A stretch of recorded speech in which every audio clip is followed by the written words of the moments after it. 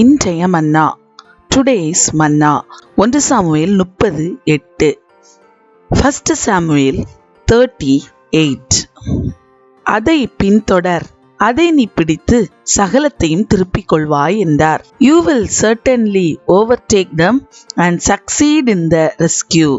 தாவீது பெலிஸ்திய ஊராகிய சிக்லாக் என்ற இடத்திலே சவுலுக்கு பயந்து தன்னுடைய உயிரை காப்பாற்ற அடைக்கலமாய் போய் சேர்ந்தான். தாவீதோடு கூட 600 பேர் அங்கே வசித்து வந்தனர்.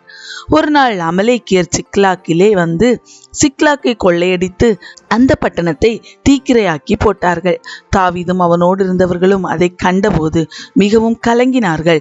அவர்கள் எல்லாரும் அழுகிறதற்கு தங்களில் பலனில்லாமல் போகும் மட்டும் சத்தமிட்டு அழுதார்கள்.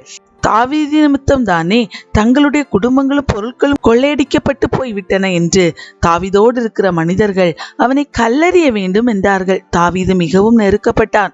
இப்படிப்பட்ட நெருக்கடியான சூழ்நிலையிலும் தாவீது தன் தேவனாகிய கர்த்தருக்குள் தன்னை திடப்படுத்தி கொண்டான். கர்த்தரிடத்தில் போய் அவருடைய ஆலோசனை கேட்கிறவனாயிருந்தான். நெருக்கப்படுகிற சூழ்நிலையிலும் அழுகையின் நேரத்திலும் கர்த்தருக்குள் தன்னை திடப்படுத்தி கொள்கிறவனாக தாவீது இருந்தான். தாவீது கர்த்தரை நோக்கி, நான் அந்த தண்டை பின்தொடர வேண்டுமா, அதை பிடிப்பேனா என்று கேட்டான்.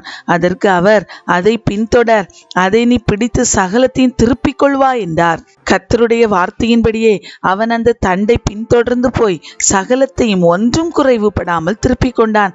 அன்பான தேவ பிள்ளையே, நீ அழுகையின் பாதையிலே எல்லாராலும் நெருக்கப்படுகிற சூழ்நிலைமையிலே இருக்கிறாயா? கலங்காதே.